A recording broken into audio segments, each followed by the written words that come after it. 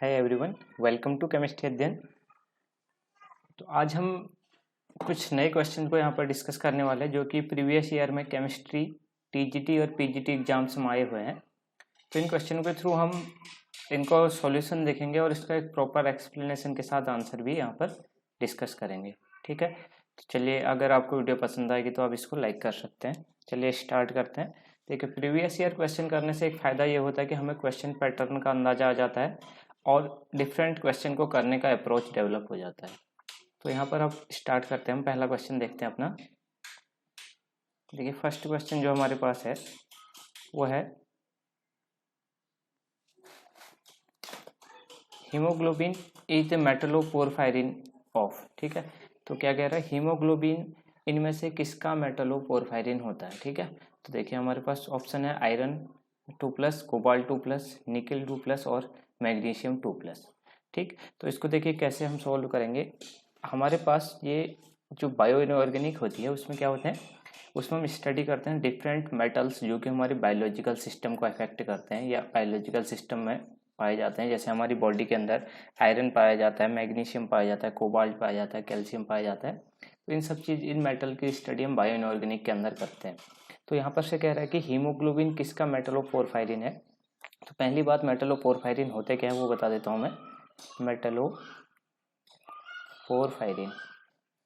ठीक है, देखिए नाम से ही लग रहा है, एक तो मेटल होगा प्लस इसमें पोरफायरिन होता है। ठीक है, पोरफायरिन क्या होता है, मेटल तो ठीक है, मेटल तो इनमें से कोई ना कोई मेटल हो सकता है, लेकिन पोरफायरिन क्या होता है वो मैं यहाँ पर बताता हूँ। देखिए, ये होता है हमारे पास पायरोल।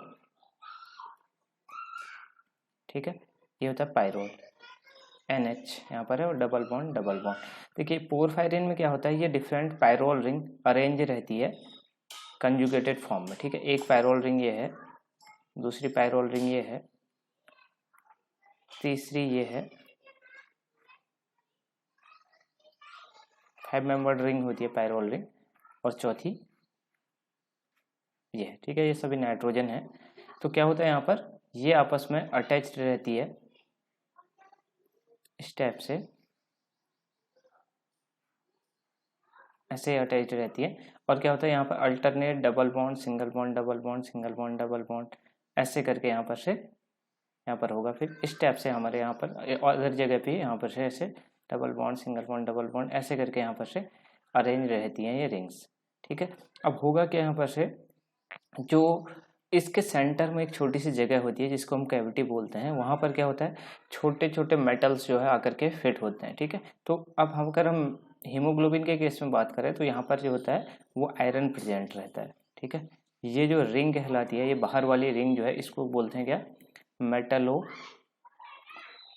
मेटलोपोरफायरिन रिंग। ठीक है, सॉरी, बाहर की रिंग जो है वो पोरफायरिन रिंग है और अंदर जो है वो मेटल है। ठीक है, तो बाहर की जो रिंग है वो कौन सी है, पोरफायरिन रिंग है, और अंदर का जो है वो मेटल प्रेजेंट है। ठीक है, तो बाहर की जो रिंग है उसको बोलते हैं पोरफायरिन रिंग। तो अगर हम बात करें, haemoglobin is a metalloporphyrin of Fe2+। ठीक है, आयरन 2+ यहाँ पर क्या रहता है, प्रेजेंट रहता है, तो इसको बोल देंगे क्या, Fe2+ की पोरफायरिन रिंग होती है हीमोग्लोबिन। इसके अलावा जो कोबाल्ट पाया जाता है वो पाया जाता है साइनोकोबाल एमीन, जिसको हम विटामिन B12 भी बोलते हैं। ठीक है, मैग्नीशियम जो पाया जाता है वो किस में पाया जाता है, वो पाया जाता है क्लोरोफिल में। ठीक है, क्लोरोफिल में पाया जाता है। और हीमोग्लोबिन के बारे में एक दो बातें और इम्पोर्टेंट मैं बता देता हूँ यहाँ पर।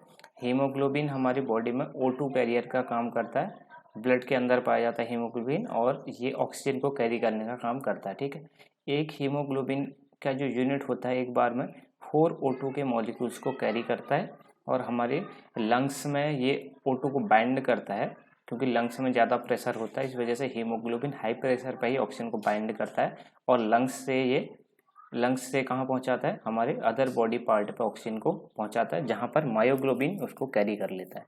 ठीक है, तो हीमोग्लोबिन एक O2 ट्रांसफ़र करने वाली प्रोटीन होती है, O2 को ट्रांसपोर्ट करता है, जबकि मायोग्लोबिन जो होता है वो क्या करता है, O2 को स्टोर करने का काम करता है। तो इतनी रिलेटेड बातें इससे होगी। इसके अलावा मैग्नीशियम क्लोरोफिल के अंदर पाया जाता है, कोबाल्ट साइनोकोबाल अमीन यानी कि विटामिन B12 के अंदर पाया जाता है। अब हम नेक्स्ट क्वेश्चन देखते हैं। नेक्स्ट क्वेश्चन है फेरोसिनेज, मतलब फेरोसिन इनमें से क्या होता है। ठीक है, देखिए फेरोसिन जो होता है वो क्या होता है, एक ऑर्गेनो मेटेलिक कंपाउंड होता है। ठीक है, ऑर्गेनोमेटेलिक कंपाउंड में क्या होता है, ऑर्गेनोमेटेलिक कंपाउंड में एक मेटल होता है और इससे कोई लिगेंड जो है या कोई भी ग्रुप जुड़ा हो सकता है जिसमें भी कार्बन और मेटल का बॉन्ड पाया जाए। इस टाइप के जो भी कंपाउंड होते हैं उनको ऑर्गेनोमेटेलिक कंपाउंड कहते हैं। जैसे कि नाम में सही लग रहा है, ऑर्गेनिक प्लस मेटेलिक वाले जो कंपाउंड होता है, यहाँ पर ऑर्गेनिक पार्ट यानी कि कार्बन जो है किससे जुड़ा हुआ हो, किसी मेटल के थ्रू जुड़ा हो, तो उनको हम ऑर्गेनोमेटेलिक कंपाउंड कहते हैं। जैसे ग्रिग्नार्ड रेजेंट CH3 MgBr, इसमें कार्बन मेटल से जुड़ा रहता है। ऐसे ही देखिए फेरोसिन भी एक ऑर्गेनोमेटेलिक कंपाउंड होता है। ये एक सैंडविच टाइप का स्ट्रक्चर होता है, सैंडविच टाइप का स्ट्रक्चर होता है। इसमें देखिए ऐसा स्ट्रक्चर होता है इसका, ये हमारे पास आयरन होता है सेंटर में और इससे 2 ईटा 5 जो रिंग जुड़े रहती है वो कुछ ऐसे जुड़े रहती है। ये जो रिंग है वो कौन सी है, C5H5 रिंग है। ठीक है, ये जो रिंग है वो C5H5 रिंग है और सेंटर में जो है आयरन जुड़ा रहता है। तो क्या हो जाएगा, Fe ईटा 5 C5H5 होल ट्वाइस। ईटा 5 कहने का मतलब ये होता है कि ये जो आयरन है वो 5 एटम के थ्रू जुड़ा हुआ है इसके। तो इस टाइप से भी हम लिख सकते हैं इसको। मैंने अगर आयरन होता है तो आयरन इस वाले एटम से भी जुड़ा रहता है और ये वाले बॉन्ड से भी और ये वाले बॉन्ड से भी, इसको हम ईटा 5 बोलते हैं। ठीक है, तो ये कौन सा हो जाएगा, ईटा 5 C5H5 होल ट्वाइस वाला, ये वाला एग्जाम्पल इसका आंसर हो जाएगा फेरोसिन का। अब हम नेक्स्ट का आंसर क्वेश्चन देखते हैं इसका। The orbital L = 2 can accommodate electron. ठीक है, तो क्या कहना चाह रहा है कि अगर किसी ऑर्बिटल के लिए L की वैल्यू 2 है तो इसमें कितने मैक्सिमम इलेक्ट्रॉन आ सकते हैं। अब देखिए यहाँ पर ये जो क्वेश्चन है क्वांटम नंबर से है, तो L की वैल्यू डिफरेंट पे अलग अलग हमारे पास ऑर्बिटल्स होते हैं या सबसेल्स होते हैं, वहाँ पर हम देखते हैं। देखिए L = अगर हमारे पास 0 है तो यहाँ पर से कौन सा सबसेल आता है, वो आता है S सबसेल। L = 1 होने पर P सबसेल आता है, 2 होने पर D सबसेल आता है और 3 होने पर F सबसेल आता है। ठीक है, और अगर हमें यहाँ पर से पता चल जाए कि L = 2 है तो इसका मतलब हमारे पास कौन सा सबसेल है, D सबसेल है। ठीक है, और एक चीज़ हमें पता है कि D सबसेल के अंदर 5 ऑर्बिटल्स प्रेजेंट होते हैं। ठीक है, D सबसेल के अंदर 5 ऑर्बिटल्स प्रेजेंट होते हैं। तो हम इसको ड्रॉ कर सकते हैं ऐसे 1 2 3 4 5। ठीक है, तो ये जो रिप्रेजेंट करता है L जो हमें बताता है वो नंबर ऑफ सबसेल बताता है। ठीक है, एक चीज़ मैं फिर से यहाँ पर थोड़ा बता देता हूँ, N L M और S। ठीक है, ये 4 वैल्यूज होती है। N जो होता है वो प्रिंसिपल क्वांटम नंबर होता है जो बताता है सेल नंबर को। L जो होता है वो सेकेंडरी क्वांटम नंबर होता है जो बताता है किसको, सबसेल को। M जो होता है वो मैग्नेटिक क्वांटम नंबर होता है, उससे हमें पता चलता है नंबर ऑफ ऑर्बिटल्स के बारे में। ठीक है, और S जो होता है वो स्पिन ऑफ इलेक्ट्रॉन के बारे में हमें बताता है। ठीक है, तो हमें जो पता है L = 2 है तो इसका मतलब हमें सबसेल के बारे में पता है और सबसेल D है और D में कितने इलेक्ट्रॉन होंगे। अगर L की वैल्यू 2 है तो इसके लिए M की वैल्यू जो होती है -L से लेकर के -L2 + L होते हैं इंक्लूडिंग 0। तो यहाँ पर हो जाएगा -2 -1 0 +1 एंड +2, यानी कि 5 हमारे पास डिफरेंट ऑर्बिटल्स होंगे L = 2 होने पर। तो इसको हम ऐसे भी लिख सकते हैं +2 +1 0 -1 -2, और इनके अंदर अगर इलेक्ट्रॉन भरें तो 1 2 3 4 5 6 7 8 9 और 10। तो अगर हमारे पास L की वैल्यू 2 है तो यहाँ पर मैक्सिमम कितने इलेक्ट्रॉन आ सकते हैं, 10 इलेक्ट्रॉन एकोमोडेट हो सकते हैं D सबसेल के अंदर। तो इसका आंसर हो जाएगा L = 2 होने पर हमारे पास D सबसेल होगा जिसमें 10 इलेक्ट्रॉन फिल हो सकते हैं। तो इसका आंसर हो जाएगा D ऑप्शन। अगला क्वेश्चन है, which among the following is a soil base. Soil base मतलब मृदा क्षारक लिख रखा है। ठीक है, तो मतलब इनमें से कौन सा बेस है जो सॉइल के अंदर पाया जाता है। ठीक है, सॉइल के अंदर यानी कि मिट्टी में कौन सा इसमें से पाया जाता है। ठीक, देखिए अब इसको हम कैसे करेंगे। इस क्वेश्चन में हमारे पास है NH3 RnH2 और H2O और Cn। ठीक है, तो अब यहाँ पर से हमें क्या देखना है, देखिए जो अमोनिया होता है, ठीक है, NH3। NH3 क्या होता है, वो हमारे पास सॉइल के अंदर सॉइल बेस होता है, ठीक है। सॉइल बेस मतलब जो हमारी मिट्टी के अंदर जो बेस पाया जाता है वो कौन सा पाया जाता है, अमोनिया, ठीक है।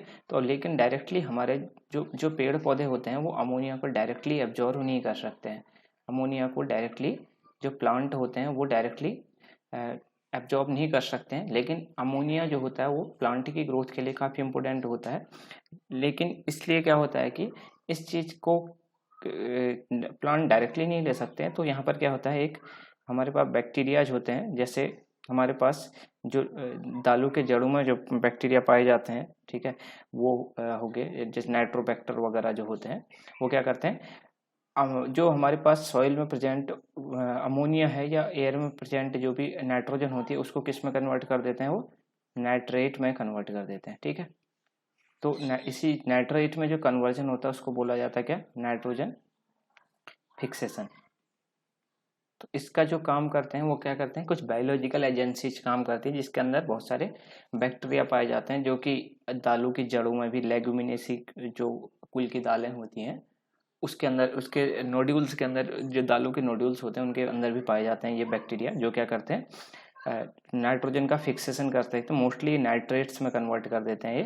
तो नाइट्रेट्स में कन्वर्ट करने के बाद क्या हो जाता है, इसको प्लांट आसानी से यूज कर सकते हैं, इसी चीज़ को नाइट्रोजन फिक्सेशन बोलते हैं। तो इनमें से NH3 जो होगा वो क्या पाया जाता है, सॉइल के अंदर पाया जा सकता है। तो इसका अंदर हो जाएगा क्या, इसका आंसर हो जाएगा ए ऑप्शन, ठीक है। चलो अब नेक्स्ट क्वेश्चन देखते हैं। अगला क्वेश्चन है बेकिंग सोडा। ये तो बहुत सिंपल सा क्वेश्चन है, बेकिंग सोडा इसमें से कौन सा है। देखिए बेकिंग सोडा जो होता है वो कौन सा होता है, NaHCO3, ठीक। तो देखिए यहाँ पर हमें कन्फ्यूजन होता है कि बेकिंग सोडा और वॉशिंग सोडा पे, ठीक है। तो बेकिंग सोडा जो होता है उसमें क्या होता है, NaHCO3 होता है। इसको क्या बोलते हैं, इसको दो तीन नाम बोलते हैं। एक तो बोलते हैं क्या, सोडियम हाइड्रोजन कार्बोनेट, और सोडियम बाइकार्बोनेट भी इसी को बोला जाता है, ठीक है, सोडियम बाइकार्बोनेट। और एक चीज़ और होती है जिसको हम बोलते हैं क्या, Na2CO3। अच्छा, इसका एक और नाम बोला जाता है, इसका नाम बोला जाता है जो हम खाने का सोडा बोलते हैं, ठीक है, खाने का सोडा। जो या हम सोडा वगैरह जो लोग यूज करते हैं वो कौन सा सोडा होता है, यही NaHCO3 होता है, सोडियम बाइकार्बोनेट। एक होता है Na2CO3 जिसको हम क्या बोलते हैं, सोडियम कार्बोनेट। तो ये हो गया क्या, सोडियम कार्बोनेट। ये होता है कौन सा, इसको बोलते हैं कौन सा, वॉशिंग सोडा, वॉशिंग सोडा। अच्छा, ऊपर इसको इसको बोलते हैं हम क्या, NaCO3 के बेकिंग सोडा बोलते हैं, बेकिंग सोडा। बेकरी वगैरह में भी इसका यूज किया जाता है, तो बेकिंग सोडा इसको बोला जाता है। और देखिए अब इसमें कैसे हम कन्फ्यूजन को दूर करें, NaCO3 और Na2CO3 में H लिख रखा है। देखिए NaHCO3, H से हम क्लू निकाल सकते हैं कि H मतलब हम लोग जिसको खाते हैं, ठीक है, हम लोग जिसको खा सकते हैं। तो NaHCO3, ठीक है, H मतलब ये हमारे लिए है, और Na2CO3 अपने आप ही हम क्लियर कर लेंगे कि ये वॉशिंग सोडा होता है, ठीक है। तो और एक इम्पोर्टेंट बात जो यहाँ पर है वो है कि जो हमारे पास बेकिंग सोडा होता है इसका एक यूज किया जाता है जिसको हम एंट एसिड बोलते हैं, ठीक है। एंट एसिड मतलब क्या होता है कि जब हमारे पास जो एसिडिटी होती है पेट में उसको दूर करने के लिए भी क्या यूज किया जाता है, बहुत सारे एसिड्स का यूज किया जाता है जिनको हम क्या बोलते हैं, एंट एसिड्स, यानी कि जो हमारे पेट की एसिडिटी को कम करते हैं उनको एंट एसिड बोलते हैं। तो ये काफ़ी इंपॉर्टेंट क्वेश्चन होता है कि सोडियम बाइकार्बोनेट को हम किस फॉर्म में यूज कर सकते हैं। तो इनमें से बेकिंग सोडा कौन सा हो जाएगा, NaHCO3, ठीक है। क्वेश्चन हमारा आ रखा है बेकिंग सोडा, तो बेकिंग सोडा क्या हो गया, NaHCO3। या फिर हमसे बोला जाए कि हम लोग किस सोडे का यूज खाने के लिए करते हैं, एंटासिड के लिए यूज करते हैं, तो NaHCO3 हो जाएगा, ठीक है, NaHCO3। तो अब नेक्स्ट क्वेश्चन देखते हैं। Eight critical missile concentration surfactant molecules undergoes, यानी कि जब हमारे पास क्रिटिकल मिसाइल कंसंट्रेशन हो जाता है तो वहाँ पर सॉइल मॉलिक्यूल क्या फॉर्म करते हैं, ठीक है। देखिए इसमें क्या होता है, हमारे पास इस चीज़ को बोला जाता है, क्रिटिकल मिसाइल कंसंट्रेशन को बोला जाता है CMC, ठीक है, क्रिटिकल मिसाइल कंसंट्रेशन CMC। ये एक ऐसी कंसंट्रेशन होती है जहाँ पर क्या होता है, अब देखिए एक चीज़ ध्यान रखना, ये हमारे पास अगर माना कोई कोलाइडल सॉल्यूशन बनता है, कोलाइडल सॉल्यूशन अगर बनता है तो उसमें क्या होता है, दो चीज़ें होती हैं, एक होता है डिस्पर्शन मीडियम और एक चीज़ होती है डिस्पर्स्ड फेज। ठीक है, तो मीडियम मतलब जैसे पानी वगैरह हो सकता है और डिस्पर्स्ड फेज मतलब जिस चीज़ का हमें कोलाइडल सॉल्यूशन बनाना है। तो अब होता क्या है कि अगर हम थोड़ा थोड़ा ही डिस्पर्स्ड फेज के कंपाउंड को डालें तो मिसेल नहीं बनता है। ठीक है, तो मिसेल बनने के लिए क्या होती है, एक पर्टिकुलर कंसंट्रेशन की नीड होती है जहाँ पर मॉलिक्यूल क्या करने लग जाते हैं, मिसेल का फॉर्मेशन करने लग जाते हैं। तो हम बोल सकते हैं कि the micelle are formed by the association of dispersed phase particle above a certain concentration. जो मिसेल बनना शुरू होता है वो क्या होता है, एक सर्टेन कंसंट्रेशन के बाद बनना शुरू होता है। इससे कम कंसंट्रेशन अगर डिस्पर्स फेज पार्टिकल की होगी तो मिसेल नहीं बनेगा। इसी सर्टेन कंसंट्रेशन को क्या बोला जाता है, क्रिटिकल मिसेल कंसंट्रेशन। इस क्रिटिकल मिसेल कंसंट्रेशन के बाद ही क्या होता है, मिसेल का फॉर्मेशन होता है। ठीक है, अब देखिए मिसेल क्या होता है वो हम देखते हैं। मैं एक एग्जाम्पल के थ्रू यहाँ पर बताता हूँ। C17H35COONA, ये जो फॉर्मूला होता है वो क्या होता है, सोडियम स्टीयरेट का फॉर्मूला है, जिसको साबुन भी बोलते हैं हम, साबुन है। देखिए इसमें दो पार्ट होते हैं, एक ये CO नेगेटिव और Na पॉजिटिव होता है। ठीक है, तो इसमें दो पार्ट कैसे होते हैं, हम इसको ऐसे भी ड्रॉ करते हैं। ये जो होता है इसको बोलते हैं पोलर हेड, और ये जो पीछे वाला पार्ट होता है इसको क्या बोलते हैं, नॉन पोलर टेल। तो होता क्या है कि अगर हम साबुन को किसी कपड़े पर अगर ऑयल वगैरह की इम्प्योरिटी होती है, ठीक है, यहाँ पर ऑयल इम्प्योरिटी अगर है तो ऑयल इम्प्योरिटी किस नेचर की होती है, वो होती है नॉन पोलर नेचर की। तो इसमें से हमारे पास जो टेल है वो कैसा है, नॉन पोलर पार्ट है, इस वजह से क्या करेगा ये इसके साथ एसोसिएट हो जाएगा ऐसे। लेकिन ये मिसेल तब तक नहीं बनेगा जब तक कि ये हमारे एक जो सोडियम स्टीरेट है उसका कंसंट्रेशन एक फिक्स कंसंट्रेशन से कम होगा, तब तक नहीं बनेगा। तो जब इसके प्रॉपर कंसंट्रेशन होंगे तभी जा करके ऐसे ये इस ऑयल इम्प्योरिटी के अराउंड अरेंज हो जाते हैं। और कहाँ से अरेंज होंगे, नॉन पोलर टेल की तरफ से। ठीक है, तो टेल वाला पार्ट अंदर है और ये वाला कौन सा पार्ट है, पोलर हेड है। ठीक है, तो इस टाइप का स्ट्रक्चर जो हमको मिलता है उसको क्या बोलते हैं, मिसेल बोलते हैं। ठीक है, और ये मिसेल जो बनता है वो एक पर्टिकुलर कंसंट्रेशन के बाद मिलता है, जिसको हम बोलते हैं क्या, क्रिटिकल मिसेल कंसंट्रेशन। बाद में क्या होता है, हम अगर माना यहाँ पर से जो पोलर पार्ट है उसमें क्या होता है, अगर हम पानी डालते हैं तो H2O जो कि पोलर होता है वो अपने साथ इसके साथ ये जुड़ता है और बाद में क्या करता है, इनको बाहर खींचता है जो मिसेल बने हुए हैं, और अंदर से इम्प्योरिटी को अपने साथ निकालते हुए कपड़ा जो है साफ हो जाता है। ठीक है, तो ये इसका जो क्वेश्चन का आंसर है वो मिसेल फॉर्मेशन है। ठीक है, क्रिटिकल मिसेल कंसंट्रेशन जो होता है वो सरफेक्टेंट मॉलिक्यूल के एसोसिएशन जो बनता है वो मिसेल फॉर्मेशन के थ्रू बनता है। अगला क्वेश्चन है highest oxidation of actinides. Actinides की हाइस्ट ऑक्सीडेशन स्टेट क्या होती है।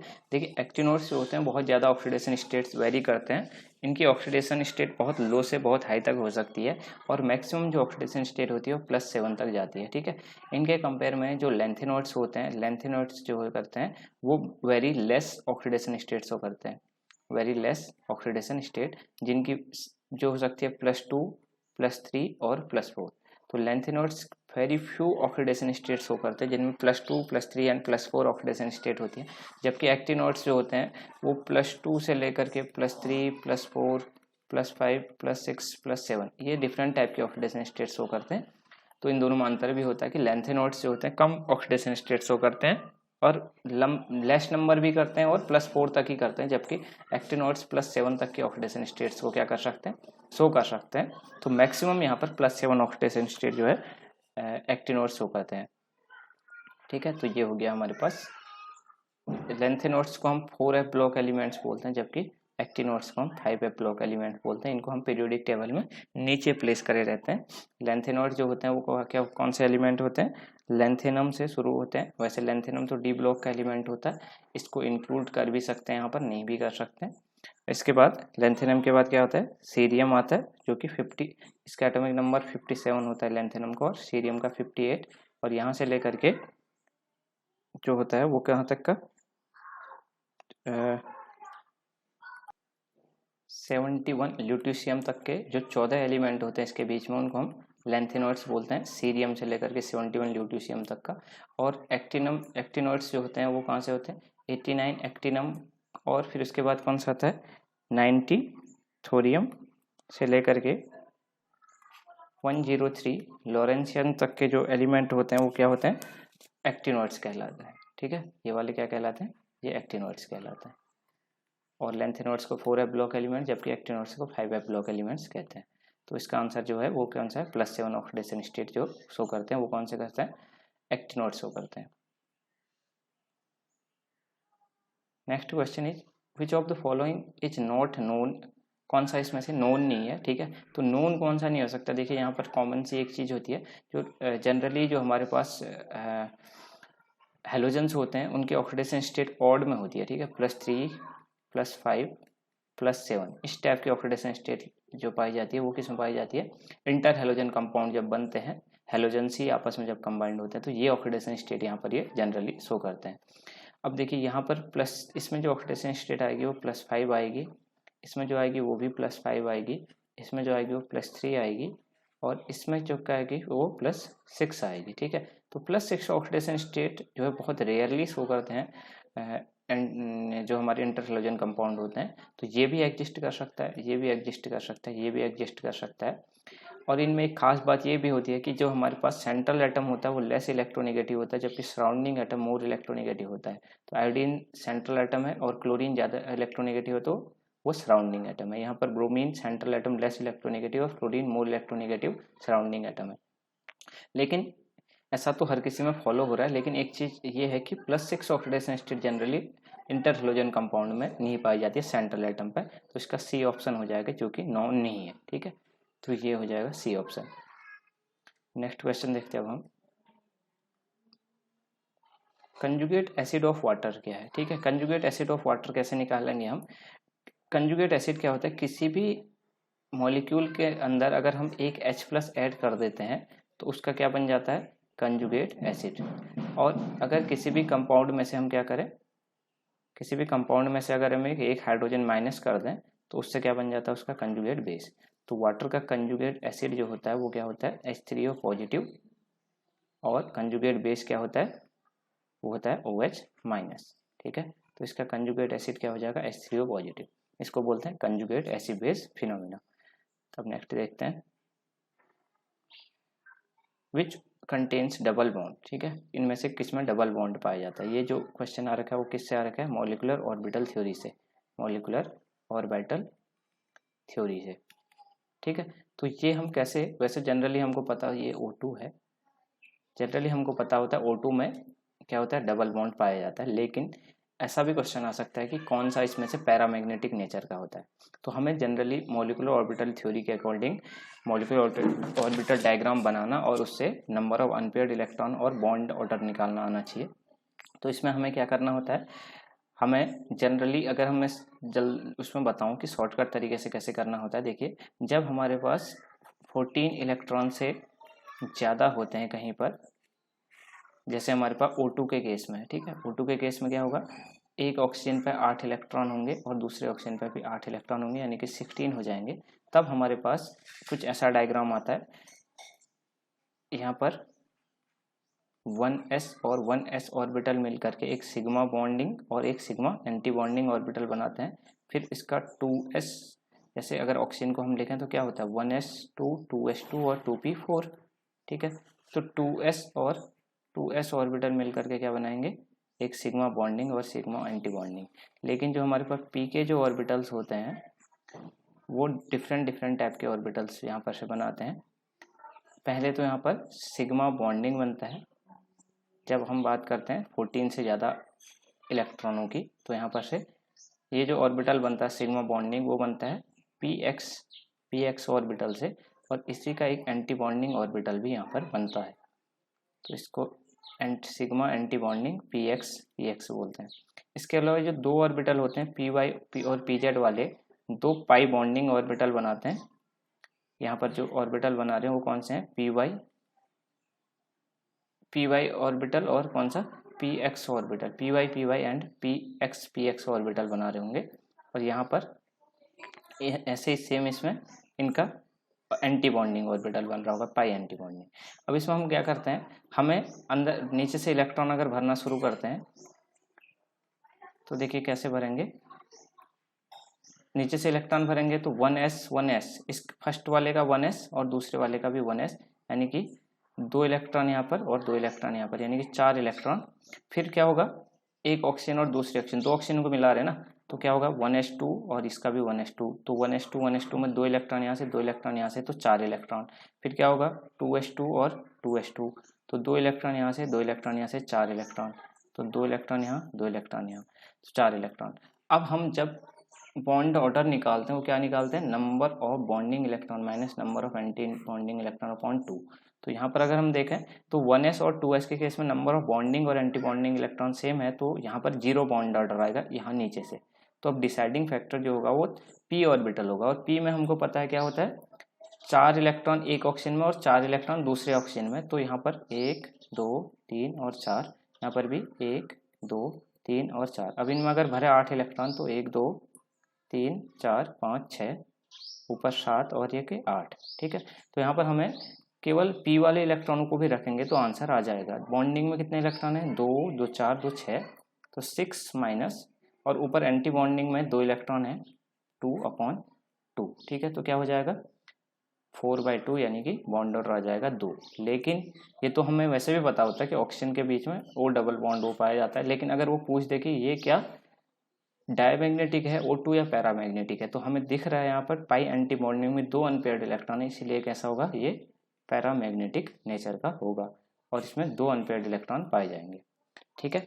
अगर इसी की जगह O2 पॉजिटिव पूछ देता तो फिर हम क्या करते, एंटी बॉन्डिंग से एक इलेक्ट्रॉन रिमूव करवा देते, और यहाँ पर क्या होता फिर 6 - 1 हो जाता, ठीक है, अपॉन 2 हो जाता, क्योंकि एंटी बॉन्डिंग में उसके बाद एक ही इलेक्ट्रॉन बचता और बॉन्डिंग में तो 6 इलेक्ट्रॉन है अभी भी, तो ये हो जाता 5/2, यानी कि इसका बॉन्ड आ जाता 2.5, और ये अभी भी अनपेयर्ड इलेक्ट्रॉन इसमें एक प्रेजेंट होता, तो ये पैरामैग्नेटिक ही होता, ठीक है। तो MOT का क्वेश्चन हर बार पूछा जाता है, तो इसको आप ध्यान से समझ लीजिए। तो यहाँ पर 10 क्वेश्चन हमारे कंप्लीट हुए। आई होप आपको ये क्वेश्चनों को समझने में हेल्प रही होगी और आपको समझ में आया होगा। अगर आपको इससे रिलेटेड कोई भी डाउट रहता है तो आप कमेंट सेक्शन में पूछ सकते हैं। तो आज की वीडियो में इतना ही करते हैं, अब मिलते हैं हमारी किसी नेक्स्ट वीडियो पर।